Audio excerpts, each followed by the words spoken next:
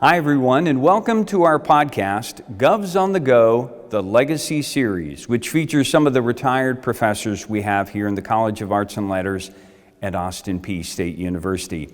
My name is Dr. Buzz Huna. I'm the Dean of the College. I'm also the host of the podcast. We are recording today's episode in beautiful Mabry Hall in the Music Mass Comm building, and my guest for this episode is Dr. Joe Filippo. Dr. Filippo, thanks for being on the podcast. Thank you for inviting me.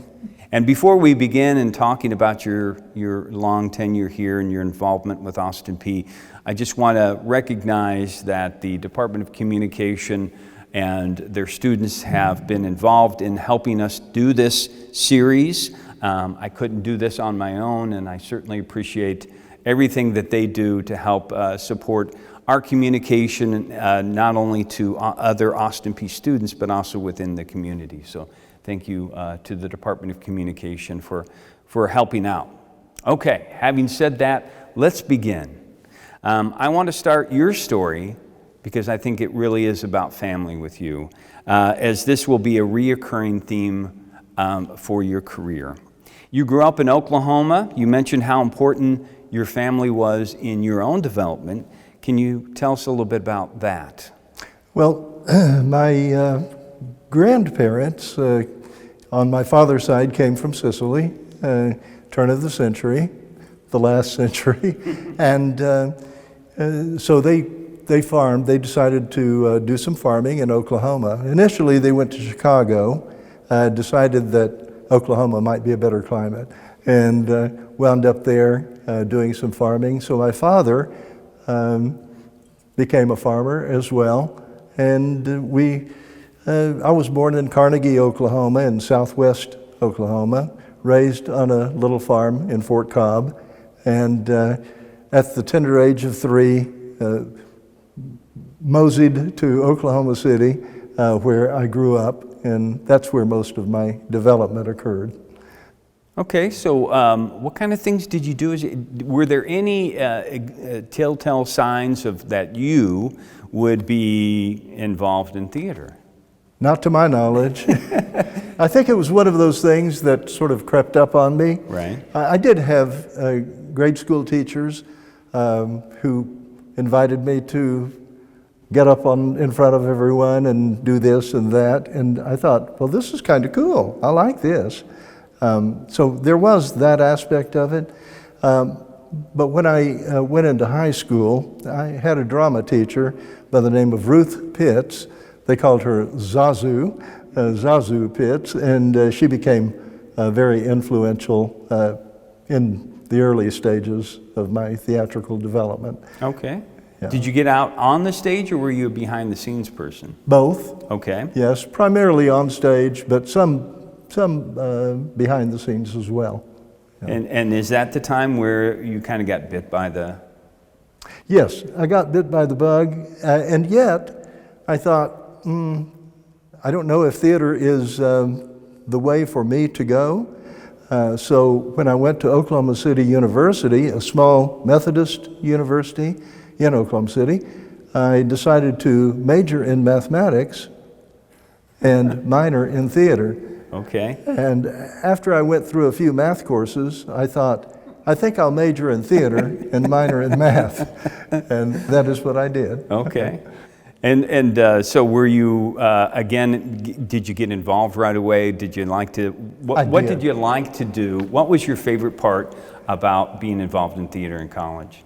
I think my favorite part was actually being on stage and behind the scenes, both, because I did both, I thought, fairly well at that time. I realized later that I learned a whole lot more after that, but it was a beginning. We had an undergraduate teacher, Jack Cogdell, Dr. Cogdell was from the Denver University, and he was very influential in my thinking. So at the end of my Oklahoma City University career, he said, I really think you should go on to graduate school. I think you'd like it. And I said, well, I'll give it some thought. And then it came an opportunity in Texas at Stephen F. Austin State College at that time. It's now a university. In Nacogdoches, Texas, the College Among the Pines in East Texas, beautiful country. And there I went for my master's. And that is probably where I met the person who influenced me the most up until my doctoral studies, a fellow by the name of Keith Kennedy, who received his doctorate from the University of Florida and wound up at the University of Memphis, prior to that, Memphis State University. And so we wound up actually in the same state, interestingly enough, teaching in the same state. And Keith was really my mentor. He guided my thesis and showed me how to write, and so I owe him a lot. So the things I've heard about you, Joe, is that you have been such an excellent mentor to other people. You must have followed the model of these people, or very early on, that you wanted to pay back all the things that you were being given along the way. I did. I found myself emulating certain characteristics, which I think is not necessarily a virtue, but it worked for me at the time, and I sort of discovered myself along the way, I guess. But actually, I engaged in 2 years of teaching at Mercer University prior to coming to Austin Peay State University. And Mercer University is a small Baptist institution in Macon, Georgia. Mm-hmm. I was there from 64 to 66, and not as a theater practitioner, but as an assistant debate coach and teacher of primarily communication. So that was an interesting road. But as you know, communication and theater are strange bedfellows. Initially, when I came to Austin Peay, speech and theater were together. Right. And they separated a good bit later and have become wonderful departments of their own. So when you were still working on your graduate degrees, is that when you got a feeling that you wanted to be a teacher, that you wanted to help others find their passion?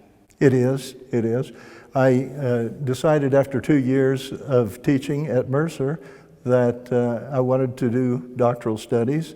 Went to the University of Florida, where I studied under some very fine people, Vic Zimmerman, Gil Lazier, who later went to FSU and established a fine program there, and others as well. So I had an opportunity to work with what I believe to be some of the best in the Southeast. So how did you get to Austin Peay? Well, actually through William Ellis and Joe Morgan. William Ellis was the incoming Dean of Faculty, they called it at that time. Today it would be the Provost. And Joe Morgan was the president of the institution.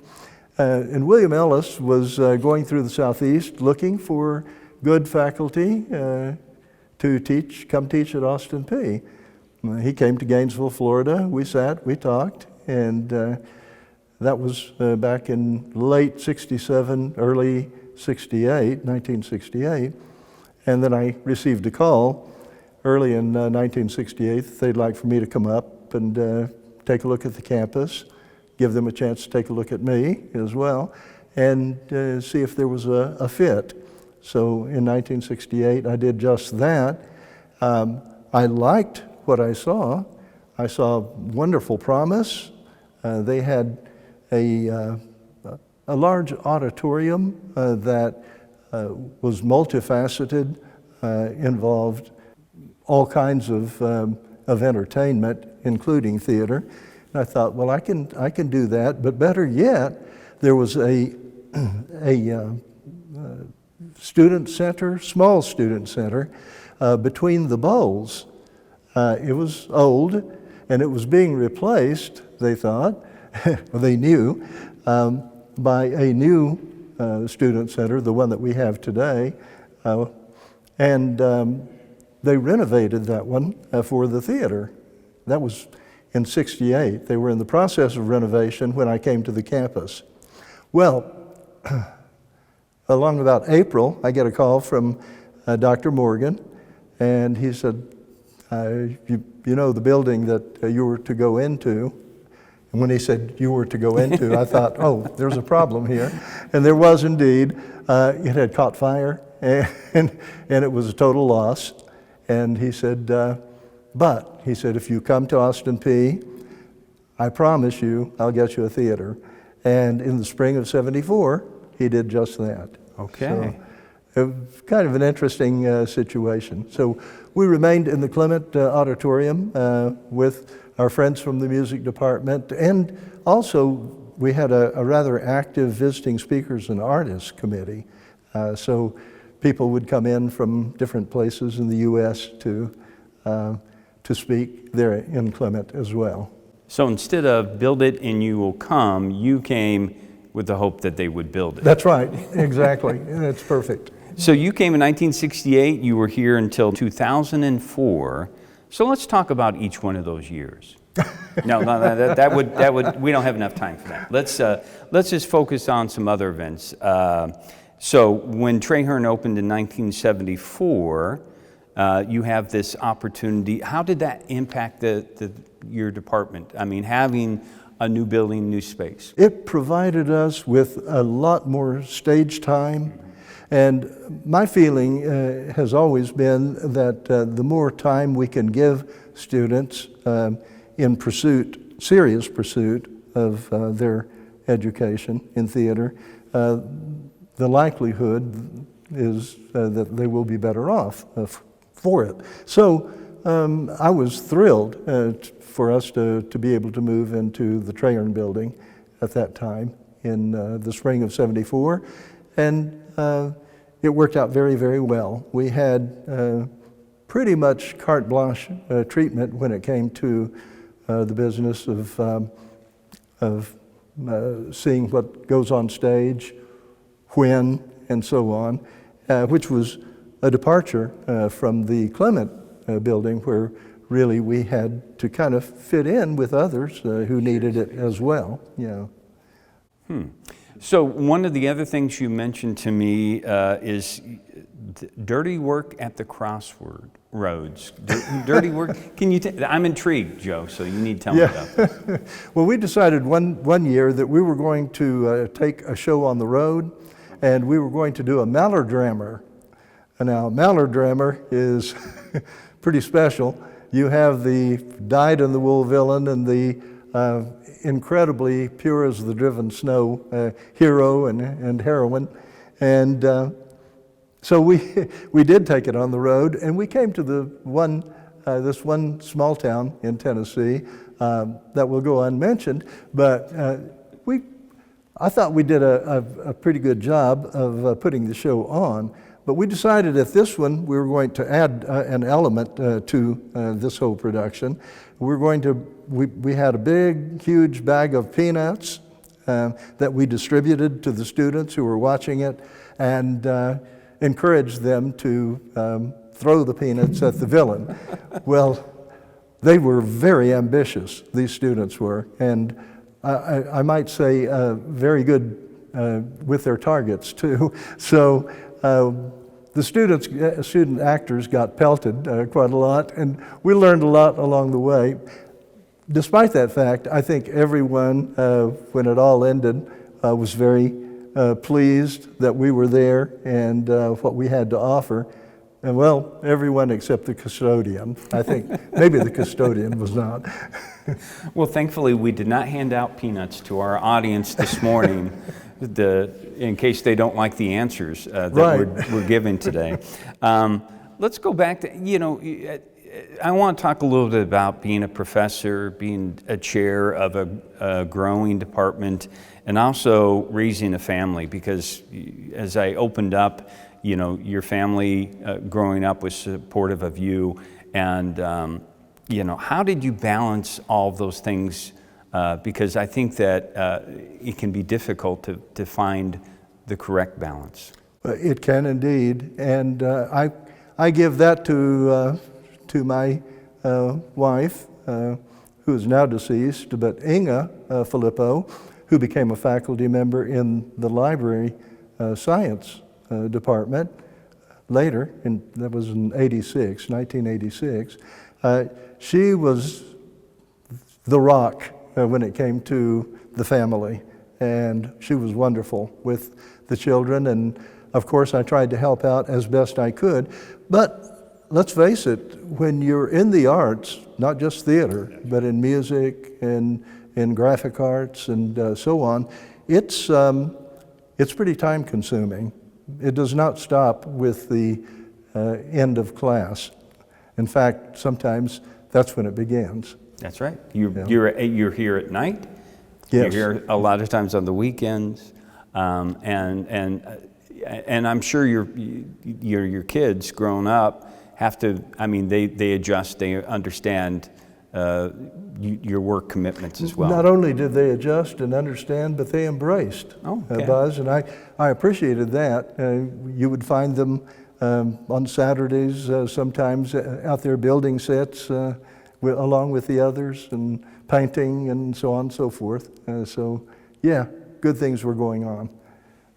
So among the rewards of the job, we've talked a little bit about having so many outstanding colleagues, and I think that's part of what I have seen since I've been here is this community. And you, among the people that you mentioned, John Butler, John Griffin, Ed Irwin, George Mabry, how important was it for you to have such wonderful colleagues to work along with, helping your own professional growth? Oh, it was terrific because it cuts across the business of art. Yes, they influenced me in my profession in ways other than art, but it did not stop there. I have been inspired, for example, by my colleagues in the other sister arts. You take people like Solly Fott and George and Sharon Mabry and Jeff Wood. They've been an inspiration to me to rethink my own creative process from time to time. The same is true of the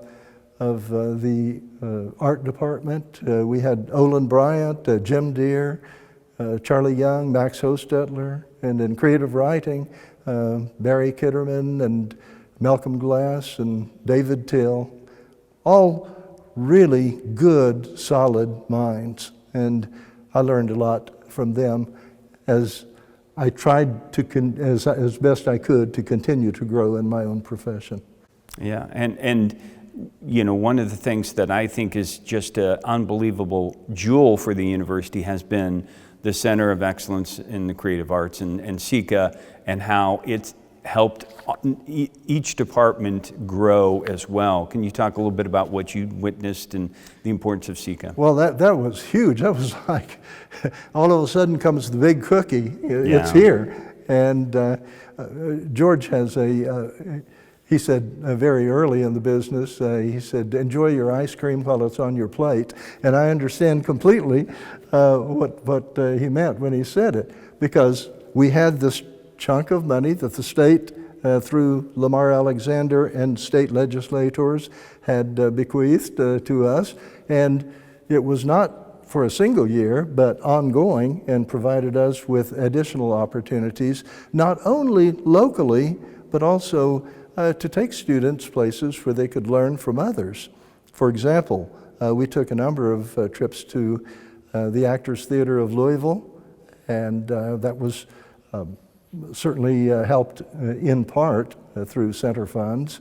That's just one example where we could put them in a different setting, give them an idea of what new plays look like, because they had a whole new play series that was, I thought, superb, and give them a chance to see actors in action while they are discovering their characters. Yes. It's a great opportunity. And all the alumni that I've talked to over my time in these podcasts, they mention repeatedly about being exposed to guest artists and provided opportunities that just become transformative to their own development. That's right. That's right. They, without a doubt, that's one of those things that if you can learn from others, you're going to learn a lot more for yourself. You know, if you can tap into other people's talents, and we did the best we could with that. So really, the prevailing idea, more than anything else, was to try to use the resources we had at that time, whether it was before the center funds or after, and link it as best we could to what we had and what we were trying to do within the department itself. Okay. Now, in your time here, of course, you impacted so many different lives, especially for our students, which resulted in honors for you. I just want to say a couple of things. Distinguished Professor Award, the Big Apple Award. Have you ever had that sort of reflective moment when you've been able to look back and know how, see how successful our alumni have been, people that you have interacted with, and it gives you that sort of point of pride? Oh, absolutely. I cannot help but think of the students who have done very well in their professions. In the world of commercial theater, for example, David Wessner was with the Joe Papp Shakespearean Festival. You had David Alford, who was on Broadway just a few years ago in The Little Foxes. And by the way, it garnered a Tony for one of the actresses there. And Jerry Jo Winsett, yet another. There are so many people who have gone on and done some very, very nice things. Then there's the teaching element, because we have, in Middle Tennessee, we have permeated that area for quite some time when it comes to theater. We have placed Randy and Glenda Sullivan. They just recently retired. Can you believe it? These folks are retiring now, but they're in Dixon County, and they were wonderful and created such fine opportunities for their students. And the same thing, of course, with Montgomery County. So many, Llewellyn Wilcox, Barbara Wessner at Clarksville High School, Roy Buchanan, and so it goes. There are just any number of people that I could mention. And that family tree includes a family member. It does. You're right. And I'm glad you mentioned that. Anna Filippo taught theater for many years in Georgia, including Augusta State University. She did very, very well with that. She's currently the executive director of the Tennessee Theater Association. Well, it's very humbling, but also gratifying, I'm sure. Yes. So you finished your academic career in administration, serving as the Assistant Vice President for Academic Affairs. Different challenges, I'm sure, as you moved into that part of the administration. What kind of joys did you find in that role? I think probably for me, it was a great opportunity to work with some of the enrichment programs. There were 10 of them that Dr. Butler identified, and worked with those. to see what we could do to further develop some of them. Some of them were already fully developed, like the Center for the Creative Arts and Center for Field Biology. They were pretty fully developed. Others were perhaps less so, and it gave us an opportunity to work with them, and I enjoyed that very much. That was pretty special. Yeah. So even though you retired in 2004, and in the short time that I've known you, you've been so active, both with Austin P, the community. So why stay connected, and how do you stay connected? Because it's home. For me, it's very simple.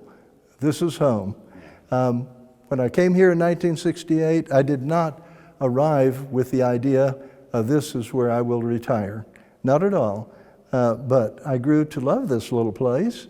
It's not so little anymore. But it's something that once it gets under your fingernails, there's nothing you can do about it. It's a very special place. And so I want to do what I can to help it as it continues to grow and develop.